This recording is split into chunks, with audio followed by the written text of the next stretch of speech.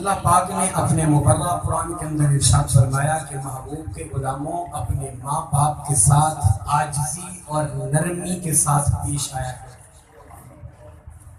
جب تمہارے ماں باپ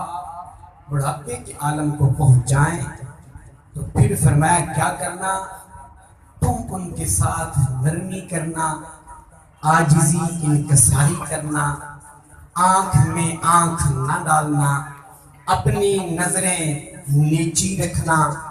اپنا سر جھکا کے رکھنا، اور جب بات کرنا تو نرم لہجہ اختیار کرنا، تاکہ تمہارے لہجے کی وجہ سے، تمہاری آنکھ کی وجہ سے کہیں تمہارے ماں باپ کو تکلیف نہ پہنچے۔ اگر تمہارا لہجہ سخت ہو گیا، تم نے آنکھ کے اندر آنکھ ڈالی، صحیح تفسیر نعیمی کے اندر مفتی احمد یار خان نعیمی رحمۃ اللہ تعالی علیہ اس آیت کے تحت لکھتے ہیں،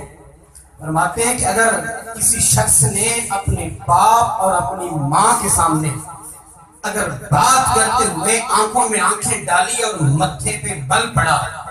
اور اسے محسوس ہوا کہ میرے بیٹے کا لہجہ سخت ہے اور اس کے چہرے کے بل بتا رہے ہیں، تو فرماتے ہیں کہ قرآن کی نص یہ بتا رہی ہے کہ پھر اس کے 100 سالہ عبادت بھی ہوگی تو خدا اس کو قبول نہیں کرے گا، خدا اس کے منہ پہ مار دے گا کہ جس کی بات کرتے ہوئے ماں باپ کے ساتھ اگر اس کے لہجے کے اندر کچھ سختی آ گئی، یا اس کی آنکھوں کا رنگ تبدیل ہو گیا، یا اس کے چہرے کے بل بدل گئے، تو فرماتے ہیں قرآن کی یہ نص ہے کہ خدا اس کے عمل کو قبول نہیں کرے گا، اس کے عمل کو اس کے منہ پہ مار دے گا۔ آگے سنیے صحیح حدیث رسول میرے مصطفیٰ کریم الاسلام نے ارشاد فرمایا میرے صحابہ، اگر تم میں سے کسی شخص کی یہ خواہش ہو کہ خدا ہماری عمر کو لمبا کر دے، خدا ہماری عمر کو وسیع کر دے، خدا ہماری عمر کو بڑا دراز کر دے، تو میرے صحابہ میں تمہیں ایک کام بتاتا ہوں، تم وہ کر لینا، خدا تمہاری عمر کو بڑا وسیع کر دے گا، خدا تمہاری عمر کو لمبا کر دے گا۔ کہ صحابہ کرام نے کہا حضور ایک شخص کی عمر تو وسیع ہو جائے، ایک شخص کی عمر لمبی ہو جائے، لیکن عمر ہو، زندگی ہو تو تنگ ہو جائے، تو پھر عمر ہو بھی صحیح، عمر ہو بھی لمبی، انسان 100 سال گزارے زمین پر، انسان 200 سال گزارے زمین پر، لیکن انسان کا رزق تنگ ہو جائے تو انسان کی قسمت ایسی بن جائے کہ انسان ذلیل و خوار ہو کر زندگی گزارنے لگے،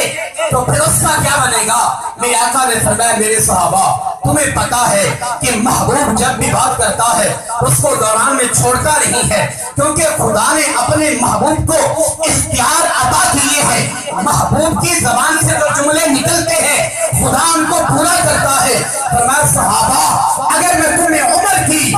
ٹکٹ دے رہا ہوں کہ جو کوئی شخص یہ کام کرے گا تو خدا اس کی عمر کو لمبا کر دے گا، پھر ہم اس کی رزق بھی ضمانت اٹھا لیں گے، اگر اس نے کام کیا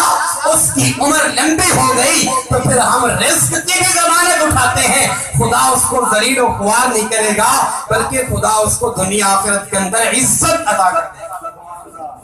کہا حضور وہ کون سا کام ہے جو ہم نے کرنا ہوگا؟ میرے نبی مکرم شفیع معظم حضور تاجدار مدینہ راحت قلب و سینہ نور مجسم شفیع معظم نے فرمایا من سر یمد له فی عمرہ ویزاد فی رزقہ فلیبر والدیہ۔ آگے یہ ضمیر مخاطب ماں اور باپ دونوں کی طرف ہے، میرے آقا فرماتے ہیں چاہے تمہارا باپ ہو چاہے تمہاری ماں، کہا